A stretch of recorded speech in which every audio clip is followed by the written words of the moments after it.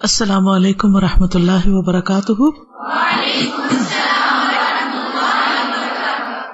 نحمده ونصلی علی رسولہ الکریم، اما بعد فاعوذ باللہ من الشیطان الرجیم، بسم اللہ الرحمن الرحیم۔ رب اشرح لی صدری ویسر لی امری واحلل عقدۃ من لسانی یفقہوا قولی۔ آپ سب کو قرآن مجید مکمل ہونے کی بہت بہت مبارک ہو۔ اللہ تعالیٰ واقعی اس مبارک کتاب کو ہم سب کے لیے بہت بابرکت بنا دے، دنیا میں بھی اور آخرت میں بھی، اور جن لوگوں نے اس کو پڑھا ہے، پڑھایا ہے، سیکھا اور سکھایا ہے، اللہ تعالیٰ ان سے وہ سارے وعدے پورے کرے جو اس قرآن کو سیکھنے اور سکھانے والوں کے لیے ہیں، اور دنیا اور آخرت میں اس کی برکتوں سے آپ سب کو مالا مال کرے۔ الحمدللہ آپ سب نے تفسیر وغیرہ سب کچھ سن لی ہے۔ چند ایک باتیں آپ سے کرنا چاہوں گی، اور وہ اس لیے کہ ہم سب بہت سی چیزیں جانتے ہوتے ہیں لیکن پھر بھول بھی جاتے ہیں، تو کچھ یاد دہانیاں اپنے آپ کو اور آپ سب کو کرانا مقصود ہے۔ اللہ تعالیٰ نے ہم سب کو بے شمار نعمتیں دے رکھی، اتنی کہ ہم گن نہیں سکتے، لیکن عام طور پر کیا ہوتا ہے کہ جب ہمیں کوئی تھوڑی سی بھی تکلیف پہنچتی ہے تو ہم ساری نعمتیں بھلا دیتے ہیں۔ اگر ہم صرف کوئی ایک چھوٹی سی نعمت بھی اس وقت یاد کر لیں تو ہمارا سارا دکھ، درد، تکلیف، پریشانی، غم، شکوہ، شکایت سب کچھ دور ہو جائے، لیکن ہم اس وقت نعمتوں کی یاد بھول جاتے ہیں، اور تکلیف ہم پہ اتنی حاوی ہو جاتی ہے کہ ہم اس تکلیف کے اثر سے بعض اوقات اللہ تعالیٰ سے ناراض ہو جاتے ہیں، یا بعض اوقات ہم اللہ کی عبادت چھوڑ دیتے ہیں۔ تو اس لیے بہت ضروری ہے کہ ہم اپنے آپ کو بارہا یاد دہانی کراتے رہیں، تاکہ ہم دنیا سے رخصت ہوں تو ایک اچھے مسلمان کی شکل میں۔ چونکہ اللہ تعالیٰ نے دنیا میں ہمیں امتحان کے لیے پیدا کیا ہے، ہمیں دیکھا جا رہا ہے کہ ہم کرتے کیا ہیں، اس لیے ہر انسان کو کسی نہ کسی تکلیف میں ضرور ڈالا جاتا ہے۔ یہ اس دنیا میں آنے والے ہر انسان کے ساتھ معاملہ ہے، خواہ کوئی کتنا بھی نیک کیوں نہ ہو۔ نبی صلی اللہ علیہ وسلم جو اللہ کے محبوب ترین تھے، اللہ کے پیغمبر تھے، اللہ تعالیٰ نے ان کو دنیا بھر کے انسانوں کے لیے ہدایت بنا کر بھیجا، رحمت بنا کر بھیجا۔ وہ اپنے بارے میں فرماتے ہیں کہ اگر کسی پر کوئی تکلیف ہو تو وہ میری تکلیف کو یاد کر لے تو اس کی تکلیف ہلکی ہو جائے گی، جس سے پتہ یہ چلتا ہے کہ اللہ کا پیارا ہونے کے باوجود سب سے زیادہ تکلیف ان پر آئی، اور ان کے مقابلے میں ہم سب کی تکلیفیں بہت تھوڑی ہیں، بہت چھوٹی ہیں، بہت کم ہیں۔ تو حقیقت یہ ہے کہ انسان کو مختلف طرح کی تکلیفوں سے اس دنیا میں آزمایا جاتا ہے۔ کبھی بیماری کے ساتھ آزمائش ہوتی ہے، کبھی انسانوں کے ہاتھوں ستایا جاتا ہے، لوگ اس کا مذاق اڑاتے ہیں، کبھی کوئی اس کو گالی گلوچ دیتا ہے، کبھی کوئی جسمانی اذیت ہوتی ہے، مار پیٹ ہوتی ہے، سزا دی جاتی ہے اس کو، کبھی بے گناہی سزا مل جاتی ہے اسے، حتیٰ کہ لوگ جیلوں میں پھینک دیے جاتے ہیں۔ پھر اسی طرح کبھی انسان کے اندر خوف آتا ہے، بے چینی ہوتی ہے، پریشانی ہوتی ہے، کبھی تو کسی وجہ سے ہوتی ہے اور کبھی کوئی وجہ بھی نہیں ہوتی۔ مثلا ہم صبح اٹھتے ہیں اور ہمارا دل بیٹھا جا رہا ہوتا ہے، ہم سوچتے بھی کیا بات ہے، کوئی بات سمجھ نہیں آتی، پتہ نہیں کہیں کچھ ہوا ہے یا ہونے والا ہے، اور بعض اوقات ایسی کیفیت ہمارے اوپر طاری ہو جاتی ہے کہ ہم اس سے نکل ہی نہیں پاتے، ایک وہم سا لاحق ہو جاتا ہے، ایک پریشانی سی اور بے چینی سی شروع ہو جاتی۔ کبھی انسان کے اوپر فقر و فاقہ ہوتا ہے، وہ جہاں بھی کوئی کاروبار کرتا ہے، جو بھی کوئی جاب کرتا ہے، جو بھی کوئی محنت کرتا ہے، اس میں سے کوئی نتیجہ نہیں نکلتا، تو اس سے بھی انسان کو بڑی پریشانی ہوتی ہے۔ اس کے اوپر فکر سوار ہوتی ہے کہ وہ بجلی کا بل کہاں سے دے گا، وہ پیٹرول کہاں سے بھرے گا۔ اگر وہ اس سے بھی کم درجے پر رہ رہا ہے تو بعض لوگوں کو یہ پریشانی ہوتی ہے کہ کل کیا کھائیں گے، اس کے گھر میں آٹا نہیں ہے، گھی نہیں ہے، چینی نہیں ہے، کچھ پکانے کے لیے نہیں ہے۔ ایسے بھی لوگ ہوتے ہیں جن کے گھر میں کوئی کمانے والا نہیں ہوتا۔ کبھی کچھ لوگ دنیا میں ایسے ہیں کہ ان کے اوپر جنگیں مسلط ہیں، دشمن کا خوف انہیں ہر وقت لاحق رہتا ہے کہ پتہ نہیں کس وقت ہم پر کون آ کے بم پھینک دے۔ ایسے علاقے ہیں نا کہ جہاں لوگ سال ہر سال سے اس خوف کے اندر رہ رہے ہیں کہ پتہ نہیں کس وقت کون ان پہ حملہ آور ہو جائے، کس وقت کس کے گھر پہ کچھ گر جائے اور وہ ختم ہو جائے۔ کبھی ایسا ہوتا ہے کہ انسان کو حاسدوں منافقوں کے ساتھ واسطہ پیش آ جاتا ہے، وہ اس کے خلاف پروپیگنڈا کرتے رہتے ہیں، جھوٹے الزام اس پہ لگاتے رہتے ہیں. کبھی کوئی قریبی رشتہ دار فوت ہو جاتا ہے، کوئی گم ہو جاتا ہے، اس سے انسان کی زندگی اجیرن ہو کے رہ جاتی ہے. کسی کے بچے کی، کسی کے شوہر کی، کسی کے ماں باپ کی ڈیتھ ہو جاتی. کبھی انسان کے اندر ایسی بیماریاں آ جاتی ہیں کہ اس کی اتنی شدید تکلیف ہوتی ہے کہ بڑی سے بڑی دوائی کی ڈوز بھی اس کو آرام نہیں دیتی، سخت سے سخت تکلیف کہ سانس لینا دوبر. کبھی انسان کے اوپر جھوٹے الزامات لگ جاتے ہیں تو اس کو رسوائی اور بے عزتی اور لوگوں کی طرف سے جو اس کی شہرت خراب ہوتی ہے اس کا ڈر اور خوف ہوتا ہے. پھر اسی طرح کبھی کوئی دھمکیاں دیتا ہے کہ اغوا کر لیں گے یا لوٹ لیں گے یا اور اسی طرح کی جی ظالم لوگ اس کے پیچھے پڑ جاتے ہیں. کبھی اپنے ہی گھر سے لوگ تنگ کرنے لگتے ہیں، اپنی بیوی یا شوہر یا بچوں کے ہاتھوں انسان مجبور ہو جاتا ہے. تو بیوی بچوں کی آزمائشیں اور تکلیفیں جو ہوتی ہیں وہ ساری وہ انسان کے لیے بڑی ہی تکلیف دہ ہوتی ہیں. ایسی صورت میں انسان کیا کرے؟ عموماً یہ ہوتا ہے کہ ہم پھر یا شدید غم اور صدمے کا شکار ہو جاتے ہیں یا پھر ہم بالکل اپنے ہوش حواس کھو بیٹھتے ہیں.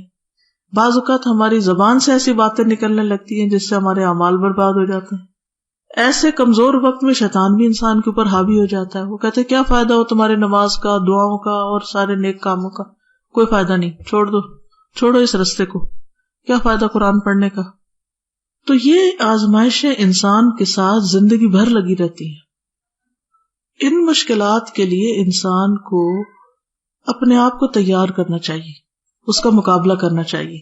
بعض چیزوں کا مقابلہ انسان باہر سے نہیں کر سکتا. مثلا کوئی ظالم ہے، کسی کا میاں ہی ظالم ہو سکتا ہے، کسی کے ماں باپ بھی بچے کے ساتھ ظلم کر رہے ہوتے ہیں، زیادتی کر رہے ہوتے ہیں، ناانصافی کر رہے ہوتے ہیں. اب آپ ہاتھ نہیں پکڑ سکتے، آپ ان کو نہیں روک سکتے، اور آپ بھی وہ صدمہ سہ سہ کے نہ ڈھال ہو جاتے ہیں.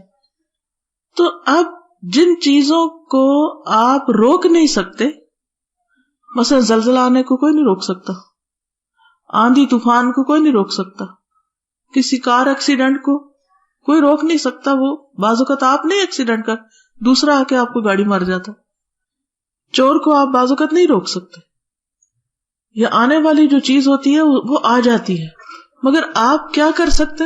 اپنے آپ کو اس قابل بنائیں کہ آپ ان صدموں کے آگے ڈھہ نہ پڑے، گر نہ پڑے، یا آپ پہ غالب نہ آ جائے، آپ کو کھا نہ جائیں. آپ ان کا مقابلہ کریں. اچھا، مقابلے کا مطلب بعض لوگوں نے کیا سمجھا ہوا کہ اگر کوئی بدتمیزی کرے جواب میں بدتمیزی کریں، کوئی آپ پہ الزام لگے تو آپ اس پہ لگا لیں، بھی کیا ہم بدلہ لے رہے ہیں. یہ مقابلہ نہیں ہوتا. مقابلہ ہوتا ہے اپنے دل کو مضبوط کر کے، اپنے ایمان کو مضبوط کر کے، اپنے اندر ایمانی قوت پیدا کر کے. جب وہ ایمانی قوت پیدا ہو جاتی ہے تو انسان ہر قسم کی تکلیفوں اور آزمائشوں سے نبٹ لیتا ہے. پھر جیسے آپ دیکھیں نا، جسمانی طور پہ جب آپ طاقتور ہوتے ہیں تو کوئی آپ پر اٹیک کرے تو آپ کیا کرتے ہیں؟ آپ پکڑ لیتے ہیں اس کو، آپ جواب میں اس کو گرا دیتے ہیں. جیسے پہلوان ہوتا ہے کشتی کر کے پچھاڑ دیتا ہے. اسی طرح جس بندے کا ایمان مضبوط ہوتا ہے تو وہ بھی اپنے دشمن شیطان کو پچھاڑ دیتا ہے، گرا دیتا ہے، اپنے نفس کو کنٹرول کر لیتا ہے. اور اسی طرح کی بہت سی ایسی چیزوں کو، ایسی طاقتوں کو کہ جو اس کے لیے مصیبت کا باعث ہوتی ہے، ان کو وہ کنٹرول کر لیتا ہے. اب اس کے لیے کریں کیا؟ آپ نے قرآن مجید پڑھا اور ماشاءاللہ اس میں بہت سارے نسخے بتائے گئے ہیں کہ کس طرح مصیبت، مشکل، تکلیف کے وقت آپ نے کیسے بہیو کرنا ہے، اس کا مقابلہ کس طرح کرنا ہے. سب سے پہلی بات تو یہ، چند باتوں کی یاد دہانی کراؤں گی قرآن مجید میں سے ہی، نبی صلی اللہ علیہ وسلم کی سنت میں سے ہی، جو آپ پڑھ چکے ہیں. پہلی بات، اس بات کا یقین رکھنا چاہیے کہ جو مصیبت بھی آتی ہے وہ اللہ تعالی کی طرف سے ہوتی ہے اور وہ اللہ کے اذن سے ہی آتی، خود سے کوئی چیز نہیں آتی. قرآن مجید میں اللہ تعالیٰ سورۃ تغابن آیت نمبر 11 میں فرماتے ہیں، ما اصاب من مصیبت الا باذن اللہ ومن یؤمن باللہ یہد قلبہ واللہ بکل شیء علیم. کوئی مصیبت نہیں پہنچتی مگر اللہ کے اذن سے، اور جو اللہ پر ایمان لے آئے وہ اس کے دل کو ہدایت دے دیتا ہے. یعنی اس سے کیا پتہ چلتا ہے کہ ایمان ایسی چیز ہے، اللہ پہ بھروسہ اور توکل اور یقین ایسی چیز ہے کہ جس سے انسان مصیبت کا مقابلہ کر سکتا ہے، اور اللہ ہر چیز کو خوب جاننے والا ہے۔ اب ہوتا کیا ہے کہ جب انسان کو مثلا چوٹ ہی لگ گئی، کچھ بھی ہو گیا، اور انسان یہ سوچتا ہے کہ یہ اللہ کے اذن سے ہوئی ہے اور اس کا کوئی مقصد ہے، کوئی وجہ ہے کہ یہ تکلیف آئی ہے، وہ کیا وجہ ہے؟ مجھے وہ وجہ جاننی ہے، اور اگر اللہ تعالیٰ مجھے کچھ سکھانا چاہتا ہے تو مجھے اس سے کوئی سبق سیکھنا ہے، اگر اللہ تعالیٰ مجھے مضبوط کرنا چاہتا ہے تو مجھے مضبوط بننا ہے۔ جس طرح سونے کا میل کچیل آگ پر اس کو جلانے کے بعد، پگھلانے کے بعد ہی کاٹا جا سکتا ہے، اسی طرح انسان اس وقت تک سونا نہیں بنتا جب تک وہ بہت سی مشکلوں سے گزرتا نہیں۔ آپ دیکھیے کہ جب تک کوئی لڑکی ماں نہیں بنتی نا، اس کو بہت سی تکلیفیں برداشت نہیں کرنا آتی، یا وہ ممتا اس کے اندر نہیں ہوتی، یا وہ صبر اس طرح نہیں آتا۔ کیوں؟ کیونکہ یہ اتنا تکلیف دہ مرحلہ ہوتا ہے، پریگننسی سے لے کے، پیدائش کے عمل سے لے کے، اور بعد میں ہر روز آپ کی نیند جب خراب ہوتی ہے بچے کے ساتھ، تو یہ کتنی مشکل ہے۔ لیکن ان مشکلوں سے گزر کے انسان کتنا میچور ہو جاتا ہے۔ پھر وہ جو عام طور پر لڑکیوں کے اندر ایک کھلنڈرا پن ہوتا ہے یا ایک کیفیت ہوتی ہے، وہ نرمی اور محبت اور کیئر اور اس میں بدلنے لگتی ہے، کیونکہ ایک ماں بننے کے ساتھ ہی اندر ایک رکت پیدا ہو جاتی ہے، بہت سی چیزوں کو انسان درگزر کر جاتا ہے، کیونکہ وہ اپنے بچے کے ساتھ بھی درگزر کر رہا ہوتا ہے جو اس کو اتنا زیادہ ستاتا ہے۔ وہ تکلیف کے مقابلے میں پیار کرنا جان لیتا ہے، جو اس سے پہلے عام طور پر نہیں آتا، کہ کوئی آپ کو اذیت دے اور آپ اس کو پھر بھی پیار کریں۔ آپ دیکھیں کہ بچہ تنگ کرتا ہے اور ماں اس کو پیار کر رہی ہوتی ہے، وہ اس کی بات نہیں سنتا، پھر بھی اس سے غصہ بھی کرتی ہے مگر اس سے نفرت نہیں کرتی۔ پھر اسی طرح تکلیف اللہ تعالیٰ کیوں پہنچاتے ہیں؟ تاکہ اللہ تعالیٰ بندے کے ایمان کو پرکھ کے دیکھیں، اللہ تعالیٰ جان لے کہ بندہ کس قابل ہے، اس کے ایمان کا وزن کتنا ہے، اس کا اخلاق کیسا ہے۔ تو جو بندہ اللہ کو یاد کرتا ہے وہ تکلیف آنے پر واویلا نہیں مچاتا، بلکہ اس کے برعکس اللہ کا ذکر کرتا ہے، اللہ کو یاد کرتا ہے، اور اس کو یہ بات یاد ہوتی ہے کہ یہ تو اللہ کی ایک دائمی سنت ہے۔ اللہ تعالیٰ نے ہر ایک کو امتحان میں ڈالا ہے، چاہے کوئی پیغمبر تھا یا کوئی نیک انسان تھا یا کوئی بھی تھا، مرد ہو یا عورت، سب کے سب کو آزمایا گیا۔ جس نے ایمان کا دعویٰ کیا اس کو بھی آزمایا گیا، اور جس نے نہیں کیا اس کی آزمائش اور چیزوں سے ہوئی۔ اللہ تعالیٰ قرآن پاک میں فرماتے ہیں احسب الناس ان یترکوا ان یقولوا آمنا وہم لا یفتنون، کیا لوگوں نے گمان کیا ہے کہ وہ اسی چیز پہ چھوڑ دیے جائیں گے کہ یہ کہہ دے کہ ہم ایمان لائے اور ان کی آزمائش نہ کی جائے گی؟ اللہ تعالیٰ پرکھ کے نہیں دیکھے گا کہ کتنا ایمان ہے، رائی برابر ہے یا پہاڑ جتنا ایمان ہے، کتنا ہے؟ دیکھیں نا، جب تک کسی چیز کو اٹھایا نہیں جاتا تو پتہ نہیں چلتا کہ یہ کتنی۔ آپ نے جب کسی چیز کا اندازہ کرنا ہو کہ ہلکی ہے کہ بھاری ہے تو کیا کرتے ہیں؟ چیز کو لے کے اچھالتے ہیں نا، ہاتھ پہ اوپر نیچے کرتے ہیں نا۔ تو اسی طرح بندے کو چھان پٹک کے اوپر نیچے کر کے اس کو ہلاوا دے کے اس کو دیکھا جاتا ہے کہ اس کا ایمان کتنا ہے، یہ کرتا کیا ہے۔ اللہ تعالیٰ فرماتے ہیں حالانکہ بلا شبہ یقیناً ہم نے ان لوگوں کی آزمائش کی جو ان سے پہلے تھے، اور اللہ تعالیٰ ہر صورت ان لوگوں کو جان لے گا جنہوں نے سچ کہا، اور ان لوگوں کو بھی ہر صورت جان لے گا جو جھوٹے ہیں۔ تو اللہ تعالیٰ جھوٹ سچ کو الگ کرتا ہے ہلاوا دے کے، آزمائش میں ڈال کے۔ پھر اسی طرح چونکہ اللہ تعالیٰ نے جنت ایسے لوگوں کے لیے بنائی ہے جو اس کے بہت چنے ہوئے پسندیدہ بندے ہوں گے، کیونکہ وہ بڑی ہی خوبصورت جگہ ہے، وہاں ہر بندہ نہیں جا سکتا، وہاں چنے ہوئے لوگ جائیں گے۔ تو وہ چننے کے لیے وہ ان کو آزمائشوں سے گزارتا ہے کہ کون اس سائز پہ فٹ آتا ہے۔ جیسے مختلف ملکوں میں جب انہوں نے کسی خاص جاب کے لیے کسی کو رکھنا ہو تو وہ بتاتے ہیں کہ اتنے انچ کمر ہونی چاہیے، اتنے انچ شولڈر ہونے چاہیے، اتنی ہائٹ ہونی چاہیے۔ جو لوگ آرمی میں جاتے ہیں ان کے لیے بھی کیا ہوتا ہے، میڈیکل ٹیسٹ ہوتا ہے نا، ہر ایک کو آرمی میں لے لیتے ہیں؟ نہیں لیتے نا۔ اسی طرح ہر ایک جنت میں نہیں جا سکتا جب تک کہ اس کا ٹیسٹ نہ ہو جائے۔ پھر اسی طرح یہ ہے کہ جو لوگ اس موقع پر اللہ سے راضی ہوتے ہیں اللہ بھی ان سے راضی ہو جاتا ہے، اللہ ان کو اگلے درجے کی ترقی دے دیتا ہے۔ کیونکہ امتحان کس لیے ہوتا ہے کہ انسان ایک تو پاک ہو جائے، دوسرا یہ ہے کہ اگلے درجے پہ جائے. مثلاً آپ اپنے بچے کو اسکول میں داخل کرتے ہیں، گریڈ 1 2 3 4 5، کتنی دفعہ امتحان ہوتا ہے؟ گریڈ 5 تک پہنچتے ہوئے 5 دفعہ امتحان ہو چکا ہوتا ہے. چھوٹے چھوٹے ٹیسٹ تو بہت سارے ہوتے ہیں، لیکن ایک سالانہ امتحان بھی ہوتا ہے. ٹھیک ہے نا؟ تو اس کا مقصد کیا ہوتا ہے سالانہ امتحان کا؟ پروموشن، اگلے درجے میں جائے. اسی طرح انسان کو کچھ تو چھوٹے چھوٹے امتحان روز آتے ہیں اور کچھ بڑے بڑے بھی آتے ہیں. جو ان میں پاس ہوتا جاتا ہے وہ اگلے درجے پہ جنت کی منزلیں طے کرتا جاتا ہے، حتیٰ کہ وہ وہاں تک جا پہنچتا ہے. اور جو اللہ سے ناراض ہو جاتا ہے اور جو اس ٹیسٹ کو فیل کر دیتا ہے وہ اوپر جانے کے بجائے نیچے آ جاتا ہے. کبھی آپ نے وہ لوڈو کا کھیل کھیلا ہوگا جس میں کیا ہوتا ہے، ایک سانپ ہوتا ہے اور دوسرے سیڑھی ہوتی.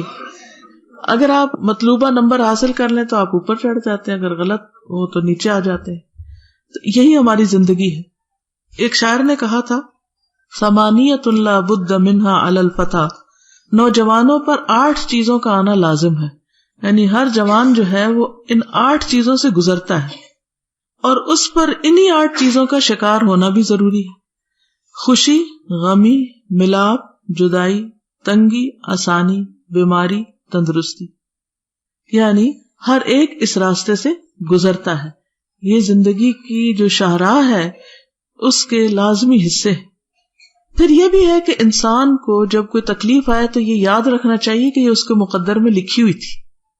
اس سے انسان کی تقدیر پر ایمان کا بھی امتحان ہوتا ہے. قرآن مجید میں اللہ تعالیٰ فرماتے ما اصاب من مصیبت فی الارض ولا فی انفسکم الا فی کتاب من قبل ان نبرأها ان ذلک علی اللہ یسیر. کوئی مصیبت نہ زمین پہ پہنچتی ہے نہ تمہاری جانوں پر مگر ایک کتاب میں ہے اس سے پہلے کہ ہم اسے پیدا کریں، یقیناً اللہ پر بہت آسان ہے. یعنی ہر بندہ اس کی پیدائش سے پہلے ہی لکھ دیا جاتا ہے کہ یہ کس کس مشکل سے گزرے گا. اللہ تعالیٰ نے آسمان و زمین کی پیدائش سے 50,000 سال پہلے انسانوں کی تقدیریں لکھی تھی. تو ہر انسان کو کیا کیا دنیا میں پیش آنا ہے، یہ کون کون سی اس پہ بیماریاں آئیں گی. ہم لوگ تو بندے کی پچھلی ہسٹری لیتے ہیں نا، کیا کیا ہو چکا. تو اللہ تعالیٰ کو یہ بھی پتا ہے کہ آئندہ کیا کیا ہونے والا ہے. اور جب انسان کے اوپر تکلیف آ جاتی ہے اور بندہ اس بات پر یقین کر لیتا ہے کہ میری تقدیر میں تھی، یہ ہونا تھا، تو پھر اس پر وہ ناراض نہیں ہوتا. کیونکہ جو تکلیف آنی ہے انسان اس سے بچ نہیں سکتا، وہ آ کے رہے گی، وہ اس کا پیچھا کر رہی ہوتی ہے. ابن دلمی کہتے ہیں کہ تقدیر کے متعلق میرے دل میں کچھ خلش پیدا ہوئی کہ بھئی یہ کیا چیز ہے. تو مجھے خدشہ ہوا کہ اس سے میرا دین اور معاملات بگڑ جائیں گے. تو میں ابی ابن کعب کے پاس گیا اور عرض کیا اے ابو المنذر، تقدیر کے بارے میں میرے دل میں کچھ اشکالات پیدا ہوئے ہیں، یعنی کچھ چیزیں مجھے سمجھ نہیں آ رہی. مجھے ڈر ہے کہ اس سے میری دینداری خراب نہ ہو جائے. کیونکہ جب ہم یہ بات کرتے ہیں نا کہ تقدیر میں اور تقدیر اللہ نے بنا دی ہے تو ہمارے دل میں ایک دم کچھ ہونے لگتا ہے، اچھا شیطان وسوسہ ڈالتا ہے تو پھر ہمیں تو کچھ کرنے کی ضرورت نہیں، جب وہ لکھا ہوا تو ہو جائے گا. تو وہ کہتے ہیں کہ اگر ہو سکے تو مجھے اس معاملے میں کچھ بتائیں کہ اللہ تعالیٰ اس کے ذریعے مجھے فائدہ پہنچائے. تو انہوں نے کہا کہ اگر اللہ تعالیٰ آسمان اور زمین کی ساری مخلوقات کو عذاب میں مبتلا کر دے تو وہ ان پر ظلم کرنے والا شمار نہیں ہوگا، اور اگر وہ سب پر رحم کرے تو اس کی رحمت ان کے لیے ان کے اعمال سے زیادہ بہتر ہوگی. اگر تمہارے پاس احد پہاڑ کے برابر بھی مال ہو جس کو تم اللہ کی راہ میں خرچ کرو تو جب تک تم تقدیر پر ایمان نہ لاؤ تمہارا یہ خرچ کیا ہوا مال قبول نہیں ہوگا. تو ہم میں سے ہر ایک کو کیا یقین رکھنا چاہیے، کیا ایمان رکھنا چاہیے؟ والقدر خیرہ وشرہ من اللہ تعالی والبعث بعد الموت، کہ اچھی اور بری تقدیر اللہ کی طرف سے ہے. یہ ایمان کا حصہ ہے. اگر کوئی شخص تقدیر کے اوپر ایمان نہیں رکھتا تو پھر کیا ہے، اس کے کوئی عمل قابل قبول نہیں. آگاہ رہو، جو مصیبت تمہیں پہنچی وہ تم سے چوکنے والی نہیں تھی، اور جو تم سے چوک گئی وہ تمہیں پہنچنے والی نہیں تھی. اور اگر تم تقدیر پر ایمان لائے بغیر فوت ہو جاؤ گے تو تم جہنم میں جاؤ گے. تم پر کوئی حرج نہیں کہ تم میرے بھائی عبداللہ بن مسعود کے پاس جا کر بھی یہی سوال پوچھو. لہٰذا وہ عبداللہ بن مسعود کے پاس گئے اور انہوں نے بھی وہی جواب دیا کہ اگر تم تقدیر پر ایمان لائے بغیر فوت ہو گئے تو تمہاری نجات نہیں. اس کے بعد وہ حذیفہ کے پاس آئے, حضرت حذیفہ سے مسئلہ پوچھنے. انہوں نے بھی وہی جواب دیا جو ابئی نے دیا تھا اور عبداللہ بن مسعود نے دیا تھا. کہتے ہیں کہ میں پھر زید بن ثابت کے پاس گئے, انہوں نے بھی یہی جواب دیا. تو بات یہ ہے کہ ہم میں سے ہر مسلمان کا ایمان ہونا چاہیے کہ ہمیں جو بھی چیز پہنچتی ہے اچھی یا بری وہ اللہ کی طرف سے لکھی ہوئی ہے. اور پھر ہمیں کیا کرنا چاہیے اس موقع پر؟ صبر کرنا چاہیے کہ یہ اگر بیماری آئی ہے تو اس نے آنا ہی تھا اور وہ آ گئی. تو پھر انسان شیطان کے وسوسوں کا اور شیطان کے شک کا شکار نہیں ہوتا. اور آپ دیکھیے کہ جب انسان تقدیر پر ایمان لے آتا ہے نا تو پھر اس کو اللہ تعالیٰ کے اوپر بھی مزید ایمان نصیب ہوتا ہے کہ اللہ تعالیٰ انصاف کرنے والا ہے, وہ کسی کے حق میں ظالم نہیں ہے. بعض لوگ کہتے ہیں کہ اچھا اللہ نے ہمارے لیے تکلیف لکھی کیوں؟ اگر وہ آئی اور اللہ نے لکھی ہوئی تھی اور وہ آ گئی تو کیوں لکھی؟ بات یہ ہے کہ اللہ اپنے مخلوق کو پیدا کرنے والا ہے, اس کو پتا ہے کہ کون سی چیز اس کو چاہیے. مثلا ہمارے سر میں درد ہوتا ہے تو ہم کہتے ہیں یہ کیوں ہو رہا ہے درد, اللہ تعالیٰ نہ دیتا ہمیں درد یہ. لیکن آپ کو معلوم ہے کہ بعض لوگوں کے سر میں درد ہوتا ہے اور وہ ٹیسٹ کراتے ہیں, انویسٹیگیشن شروع ہوتی ہے تو وہ سر کا درد کسی اور بڑے مرض کی طرف جا نشاندہی کرتا ہے, اور اس سے کیا فائدہ ہوتا ہے کہ انسان اس بیماری کا علاج شروع کر دیتا ہے اور وہ بڑی مصیبت سے بچ جاتا ہے. اب وہ کوس رہا تھا سر کے درد کو, لیکن اس کے بعد اس کو کیا ہوا, فائدہ ہو گیا اور وہ ایک مصیبت سے بچ گیا. بعض اوقات انسان کو بخار ہوتا ہے اور انسان بخار کو برا بلا کہنا شروع کر دیتا ہے, حالانکہ وہ بخار انسان کے اندر کی بہت سی گندگیوں کو جلا رہا ہوتا ہے, وہ اس کی صحت کے لیے ایک عمل شروع ہو چکا ہوتا ہے, لیکن انسان کو سمجھ ہی نہیں آتی. اب مثال کے طور پر آپ اپنے بچے کو بعض اوقات ڈانٹ ڈپٹ کرتے ہیں, مار بھی دیتے ہیں, تو وہ تو کہے گا میری ماں بڑی ظالم ہے, وہ مجھے باہر نہیں نکلنے دیتی, وہ کہتی ہے جوتا پہنو سردی ہے, وہ بڑی ظالم ہے, مجھے میری مرضی نہیں کرنے دیتی. لیکن ماں کو دکھائی دے رہا ہے نا کہ یہ بچہ اگر جوتا نہیں پہنے گا تو کیا ہوگا, بیمار ہو جائے گا. تو اب اس کا حکم کیا ظلم پر مبنی کہ جاؤ جوتا پہنو, جاؤ موٹے کپڑے پہنو. ظلم نہیں کر رہی ماں, کہ بظاہر تو بچہ سمجھ رہا ہے ماں ظالم ہے جو مجھے روک رہی ہے, وہ کہتی گھر سے باہر نہیں نکلو, لیکن وہ چیز بچے کے حق میں فائدہ مند ہے یا نہیں؟ ماں کا حکم بچے کے لیے فائدہ مند ہے. اسی طرح اللہ تعالیٰ بعض اوقات ہمیں کسی مصیبت میں ڈالتا ہے, یا مشکل میں یا تکلیف میں, اور اس میں ہمارا فائدہ ہوتا ہے جس کو ہم سمجھ نہیں ہو رہے ہوتے اور ہم اللہ کو ظالم کہتے ہیں. تو اس سے بچنا چاہیے, ٹھیک ہے نا. قرآن مجید میں اللہ تعالیٰ فرماتے ہیں ان اللہ لا یظلم مثقال ذرۃ, اللہ کسی کے اوپر ذرے برابر بھی ظلم نہیں کرتا. یہ بات یاد رہے گی. جب دل میں خیال بھی آئے کہ اللہ تعالیٰ نے میرے ساتھ انصاف نہیں کیا, نعوذ باللہ, یا یہ کہ میرے اوپر تو بڑا ظلم ہو گیا, اللہ ہرگز کسی پہ ظلم نہیں کرتا. پھر فرمایا ولا یظلم ربک احدا, سورۃ الکہف میں آتا ہے تیرا رب کسی پہ ظلم نہیں کرتا. سورۃ حامیم السجدہ میں آتا ہے وما ربک بظلام للعبید, اور تیرا رب اپنے بندوں پر ہرگز ظلم کرنے والا نہیں. ٹھیک ہے. تقدیر سے تکلیف آئی, تقدیر میں لکھی تھی, آئی, وہ آنی ہی تھی. اب آئی تو ہم کہہ رہے ہیں ہم پہ ظلم ہو گیا. اللہ تعالیٰ کیا فرماتے ہیں ظلم نہیں ہے, تمہیں ابھی اس کا مقصد نہیں پتا, وجہ نہیں پتا کہ تمہیں اللہ تعالیٰ نے اس مشکل میں ڈالا کیوں ہے. اور پھر آپ دیکھیے کہ ہم غیب کا علم چونکہ نہیں جانتے, ہم انجام نہیں جانتے, اس لیے ہم پریشان ہوتے ہیں. اس لیے پریشانی کے موقع پر وہ جو دعا پڑھنے کو دی گئی ہے نا کہ اگر کوئی رنج و غم کے وقت پڑھ لے تو اس کا غم دور ہو جائے گا اور اللہ تعالیٰ بہتر نعم البدل عطا کرے گا. اور وہ کیا ہے, اللہم انی امتک بنت امتک بنت عبدک ناصیتی بیدک ماض فی حکمک, ناصیتی بیدک, میری پیشانی کے بال تیرے ہاتھ میں, یعنی میں مکمل طور پہ تیرے کنٹرول میں. ماض فی حکمک, میرے اوپر تیرا ہی حکم چلتا ہے. عدل فی قضاؤک, تیرا فیصلہ میرے حق میں انصاف والا ہے, ہر چیز انصاف والی ہے, تو ظلم نہیں کرتا. اور پھر اس کے آگے کیا ہے, اسألک بکل اسم ھو لک, تیرے ہر نام کے ساتھ میں تجھ سے سوال کرتا ہوں.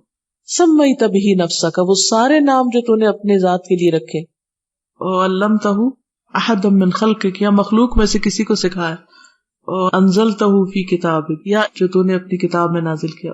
اب استأثرت به فی علم الغیب عندک، یا علم غیب میں اپنے پاس رکھنے کو ترجیح دی، ان تجعل القرآن ربیع قلبی، کہ تو قرآن عظیم کو میرے دل کی بہار بنا دے، ونور صدری وجلاء حزنی وذہاب ہمی، میرے سینے کا نور اور میرے غموں اور فکروں کو دور کرنے کا ذریعہ بنا دے۔ اس لیے جو لوگ قرآن مجید کو پڑھتے رہتے ہیں ان کو اللہ تعالیٰ کی طرف سے جواب بھی ملتے رہتے ہیں، اور وہ ہر غم اور تکلیف کو بہت آسانی سے نبھا جاتے ہیں اور صبر کر جاتے ہیں۔ اب دیکھیے کہ جب تکلیف آتی تو کچھ لوگ واویلا مچانے شروع، لیکن کچھ لوگ بڑی اچھی طرح اس کو نبھا جاتے ہیں۔ فرق کس چیز کا ہے؟ فرق ایمان کا ہے، فرق اللہ کے بارے میں حسن ظن کا ہے، اور اس بات کا یقین کہ ہر تکلیف انسان کے لیے گناہوں کا کفارہ ہے۔ قرآن مجید میں آتا ہے نا کہ اللہ تعالیٰ تکلیف کیوں بھیجتا ہے؟ وَلِيُمَحِّصَ اللَّهُ الَّذِينَ آمَنُوا، کہ اللہ ایمان والوں کو خالص کر دے اور جو کافر ہیں ان کو مٹا دے۔ پھر اسی طرح نبی صلی اللہ علیہ وسلم کو ہم دیکھتے ہیں کہ آپ نے فرمایا جس مسلمان کو بیماری یا اس کے علاوہ کسی اور چیز کی وجہ سے کوئی تکلیف پہنچتی ہے تو اللہ تعالیٰ اس کے گناہ ایسے گراتا ہے جیسے درخت اپنے پتے گرا دیتا ہے۔ آج کل خزاں ہے نا تو مختلف درخت ٹنڈ منڈ ہو گئے، ٹھیک ہے۔ تو جب انسان کو کوئی بھی تکلیف آتی ہے، حدیث میں آتا ہے مومن مرد اور عورت اپنے نفس، اولاد اور مال کی آزمائش میں مبتلا رہتا ہے، یہاں تک کہ وہ اللہ کو اس حال میں ملے گا کہ اس پر کوئی گناہ نہیں ہوگا۔ یعنی تکلیفیں، آزمائشیں، پریشانیاں انسان کے گناہوں کو دور کرتی رہتی ہیں، انسان کو صاف کرتی رہتی ہے، انسان کو خالص بناتی رہتی ہے، حتیٰ کہ اللہ سے ملاقات کرتا ہے تو بالکل صاف ستھرا ہوتا ہے، اور پھر اس حال میں اللہ تعالیٰ اس کو جنت میں داخل کرتا ہے۔ مومن کی مثال حدیث میں آتی ہے کہ اس کھیت کی طرح جس کو ہوا جھکاتی رہتی ہے، اٹھاتی رہتی، جھکاتی رہتی ہے، تو جب مومن کے اوپر تکلیف آتی ہے تو وہ جھک جاتا ہے، اور زیادہ اس میں عاجزی پیدا ہو جاتی ہے، اس کا تکبر ختم ہوتا ہے۔ اور منافق کی مثال کیا ہے؟ فرمایا صنوبر کی درخت کی طرح ہے جو اس وقت تک نہیں ہلتا اور نہ جھکتا جب تک اس کے کٹنے کا وقت نہ آ جائے، یعنی وہ موت تک اللہ کے آگے نہیں جھکتا۔ پھر یہ ہے کہ اللہ تعالیٰ جس سے محبت کرتا ہے اس کو امتحان میں ڈالتا ہے۔ ہم سمجھتے ہیں کہ تکلیف اللہ تعالیٰ کا نعوذ باللہ ظلم یا اس کی ناراضگی ہے، حالانکہ آزمائش اللہ کی محبت کی دلیل ہے۔ دیکھیں جس سے محبت نہ ہو، جس کے ساتھ کوئی تعلق نہ ہو، تو اس کو تو انسان ویسے اگنور کر دیتا ہے، تو جس سے محبت ہوتی ہے اس کے ساتھ شکوہ بھی ہوتا ہے، اس کے ساتھ اچھا برتاؤ بھی ہوتا ہے، اور اس کی خیر خوبی بھلائی کے لیے انسان اس کو مشقت میں بھی ڈالتا ہے۔ جیسے ماں اپنے بچے کو پڑھنے کی مشقت میں کیوں ڈالتی، کام کیوں سکھاتی، کیوں اس کو دھکا لگاتی؟ تاکہ وہ کچھ بن جائے، وہ بدھو نہ رہ جائے، وہ ان پڑھ ہو کے دنیا میں تکلیفیں اٹھائے گا۔ حدیث میں آتا ہے بلا شبہ بڑی جزا بڑی آزمائش کے ساتھ ہے۔ یقیناً جب اللہ تعالیٰ کسی قوم سے محبت کرتے ہیں تو اس کو آزمائش میں مبتلا کر دیتے ہیں۔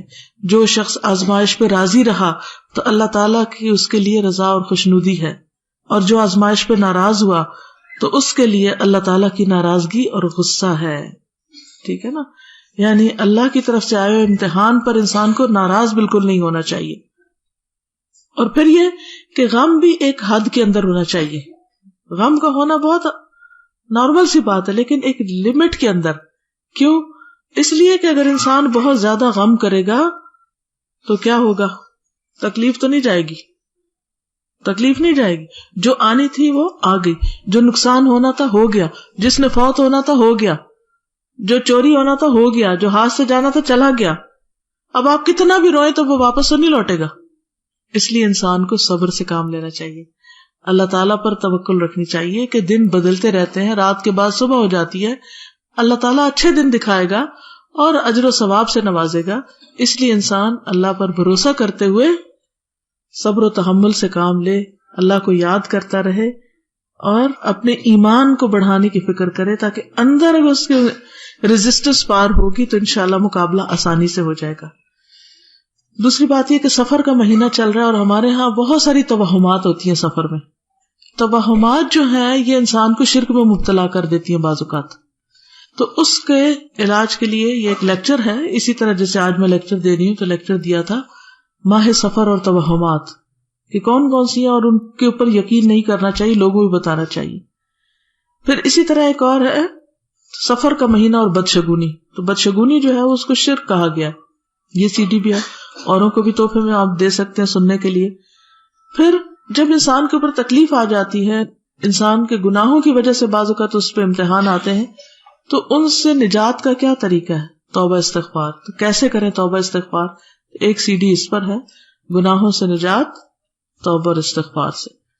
پھر ایاک نستعین کا یہ چھوٹا ورژن آ گیا ہے جو پاکٹ سائز ہے, اس میں ساری دعائیں اور کچھ نئی بھی ڈالی ہوئی ہیں, تو یہ تحفہ دینے کے لیے بہت اچھی ہے کتاب. پھر انگلش میں بھی رنج و غم کے علاج کی دعائیں موجود ہیں.